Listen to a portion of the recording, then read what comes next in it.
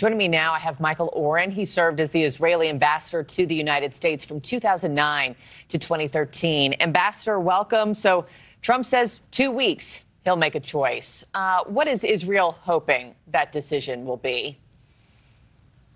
Good to be with you, Marky. Listen, it's the president's call. And Israel's not going to say, the United States should do X, Y, or Z in terms of direct intervention. The fact is, the United States is already involved. It is helping us immensely. Israeli pilots are flying American-made planes, F-15s, F-16s, F-35s, dropping American-made bombs, and flying with American fuel. So we very much appreciate the assistance we've had so far. When the president says, we are controlling the skies over Iran, I think it's a royal we, and I think it's a justified royal we. But Israel's not saying anything about direct military involvement by the United States. That has to be solely the president's call.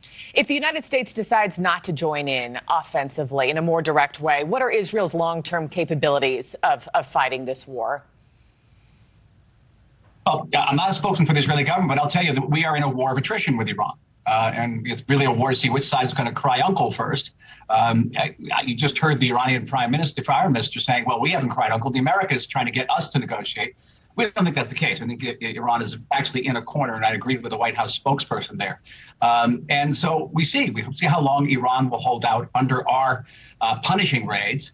And including domestic opposition to the regime. It's a hated regime within Iran. And maybe they'll come back to the negotiating table. It's not as if Israel's against negotiations. It's just what's the outcome of the negotiations? The outcome of the negotiations has to be the dismantling of Iran's nuclear program so it can't make a bomb. But we hope even beyond that Iran will no longer be the world's largest state sponsor of terror, will not be backing Hamas and Hezbollah, and that Iran will be a peaceful country. And so that we will make peace with Lebanon, with Syria, with Saudi Arabia, maybe even with Iran itself. Speaking of those negotiations, happening today, you've got the foreign ministers of Britain, France, and Germany, as well as President Trump's UK foreign secretary scheduled to meet in Geneva with Iran's foreign minister. Is this going to be the last real chance at diplomacy before that 2-week clock runs out, you think? No, I think that the Iranians will keep on, sort of prodding and poking around to see who will talk to them. And they're expert negotiators. They're the world's best negotiators. And they'll be playing for time. They were playing for time when they were negotiating with President Trump, and he just wasn't going to put up with it. He gave them 60 days, and they ran out the clock. So they'll try to play for time. They'll try to get Israel to be exhausted. And by the way, it's hard here. Kids, grandkids are all in bomb shelters. There's no school here. The economy is pretty much paralyzed. It's not easy for us either. But I do think Iran will be the first to cry uncle. And we'll all go to the uncle. We'll go to Uncle Sam to negotiate what we hope will be a lasting and secure peace in the Middle East. We know that White House Press Secretary Caroline Leavitt said just yesterday that Iran is closer than ever to building that nuclear weapon, and that was fact.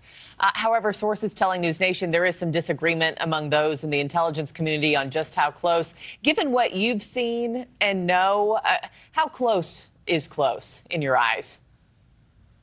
For us, it's too close. It's a very interesting question, Mark, because I was involved with this question even 10 years ago. We would look, everybody would, the Israelis and the American intelligence would look at the exact same, aerial photos, the intelligence reports. We saw an Iranian picture which looked identical to both sides, but we had somewhat different conclusions. And one was America says, well, they haven't made a decision to make the bomb. And Israel's position was, well, we can't afford to make a mistake. Our margin for error here is exactly zero. We're dealing with an existential issue. It's the life of our country, life of our children. And so close for Israel is a lot closer than it might be for other countries who are not threatened with national annihilation. There is the difference right there.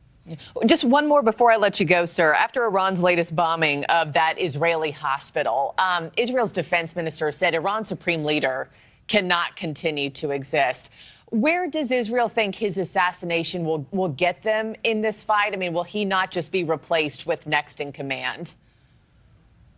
I'm not a spokesman for the defense minister either. There's a tremendous amount of anger here about the attack on the hospital. Unfortunately, that hospital was evacuated just before the bombing.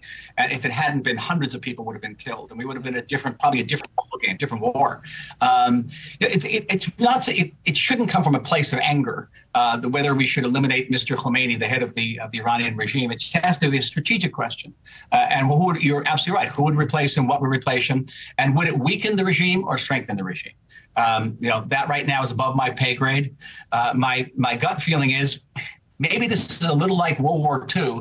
At the end of the World War II, the Americans kept Emperor Hirohito in Japan in order to give legitimacy to the surrender. Maybe we need the supreme leader to give legitimacy to Iran's surrender. Well, a lot of the questions above my pay grade as well, but I thought worth asking. Ambassador Michael Oren, thank you for your time this morning, and please keep us posted on your end. We'd love to have you back soon.